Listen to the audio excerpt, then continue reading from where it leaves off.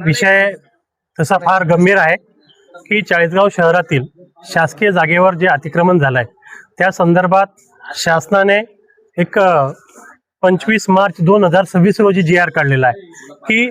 जे गरीब घटक आहेत, वंचित घटक आहेत, ज्या झोपडपट्टी भाग आहे, शासनाच्या जागेवर ज्या झोपडपट्ट्या झालेल्या आहेत त्यांच्यासाठी, त्यांच्या आयुष्यात सुधारणा येण्यासाठी, त्यांना बळकटी मिळण्यासाठी, त्यांचं स्वतःचं हक्काचं घर कसं होईल, त्यांना स्वतंत्र त्यांचा सातबारा कसा होईल याकरता GR काढला।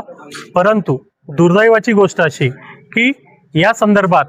आपल्या चाळीसगाव शहराचे तालुक्याच्या आदरणीय प्रांत साहेब यांनी वेळोवेळी चाळीसगाव नगरपालिकेला पत्रव्यवहार केला। यामध्ये जी समिती गठीत झालेली आहे त्या समितीमध्ये आपल्या नगरपालिकेचे मुख्य अधिकारी हे सचिव म्हणून काम पाहतात, परंतु वेळोवेळी प्रांत साहेबांनी 5 वेळा त्यांना रिमाइंड करून त्यांना वेळोवेळी या संदर्भात प्रसार माध्यमच्या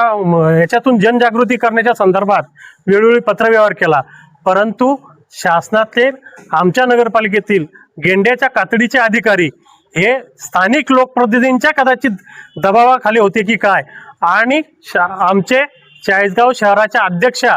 यांचं या 6 महिन्यात या गोष्टीकडे लक्ष जाऊ नये हे चाळीसगावकरांचं खऱ्या अर्थाने दुर्दैव ठरलंय। आणि म्हणून परवा आम्हाला या संदर्भात जेव्हा थोडी कानगुण लागली आणि त्या संदर्भातले आम्ही कागदपत्र काढले असता आमच्या लक्षात आलं की या संदर्भात वेळोवेळी प्रांत साहेबांनी नगरपालिकेला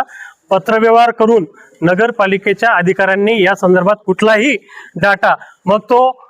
शासनाच्या जमिनींचा आणि त्यावर ज्या वस्त्या बसलेल्या आहेत त्याचा डाटा वेळोवेळी मागितल्यानंतर सुद्धा आजपर्यंत तो डाटा शासनाकडे दिला नाही किंवा त्या बाबतीत आजपर्यंत कुठलीही प्रक्रिया केली नाही। म्हणून आज लोकनेते शहर विकास आघाडीचे आम्ही सर्व नगरसेवक व राष्ट्रवादीचे जिल्हा अध्यक्ष आदरणीय प्रमोद बाप्पू, आदरणीय दिनेश भाऊ, आदरणीय शशी भाऊ यांच्याशी चर्चा करून या संदर्भात गरिबांना त्यांचा हक्क व न्याय देण्यासाठी आज तुमच्या माध्यमातून आम्ही ही प्रसिद्धी दिली। आता आपल्याकडे प्रभारी सीओ आहेत, ते कालपासून दीपक दादांचे म्हणजे आपल्या गटनेत्यांचे फोन उचलत नाहीये। त्यांच्याशी संपर्क झाल्यानंतर ते चाळीसगाव नगरपालिकेत आल्यानंतर शहर विकास आघाडीचे सर्व नगरसेवक आम्ही त्यांना या संदर्भातला जाब विचारायला लावू आणि जर समाधानकारक उत्तर नाही मिळालं तर त्यांची तक्रार आम्ही जिल्हा अधिकाऱ्यांकडे करणार आहोत। जर या प्रक्रियेत अजून विलंब केला आणि गरिबाला जर न्याय देऊ शकले नाही तर यात महत्वाचं पापेचे वाटेकरी म्हणून सर्वप्रथम मी स्वतः जबाबदारीने बोलतो की या समितीमध्ये आमदारांचा सुद्धा समावेश आहे। पहिले पापेचे वाटेकरी आमदार साहेब असतील, दुसरा पापेचे वाटेकरी आदरणीय प्रतिभाताई, कारण की नगरपालिकेच्या माध्यमातून आज ते नगराध्यक्ष आहेत आणि नगराध्यक्षांनी मनावर घेतलं तर त्यांच्याकडे मोठी टीम आहे। आज 40च्या 40 नगरसेवक जर यांनी कामकाज केलं तर कमी कालावधीत या गरीब घटकांना न्याय द्यायची प्रक्रिया होऊ शकते। परंतु ज्या पद्धतीने त्यांनी मागचे 5 महिने वाया घातले म्हणून दुसरे पापाचे वाटेकरी ते असतील आणि तिसरे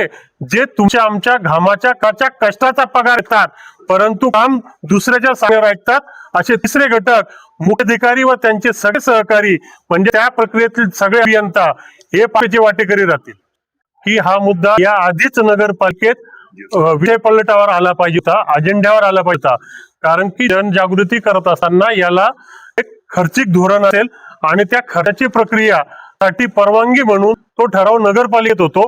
आणि असा ठराव यापूर्वीच मुळात मंजूर झाला पाहिजे होता। परंतु यामागे काहीतरी यांचं काळोगोरं करण्याचं आणि यांना या गरिबाची कुठलीही आस्था नाहीये, माणुसकी राहिलेली नाही, म्हणून तुम्ही आजपर्यंत नगरपालिका आणला नाही। उलट तुमच्या माध्यमातून मी आता विनंती वजा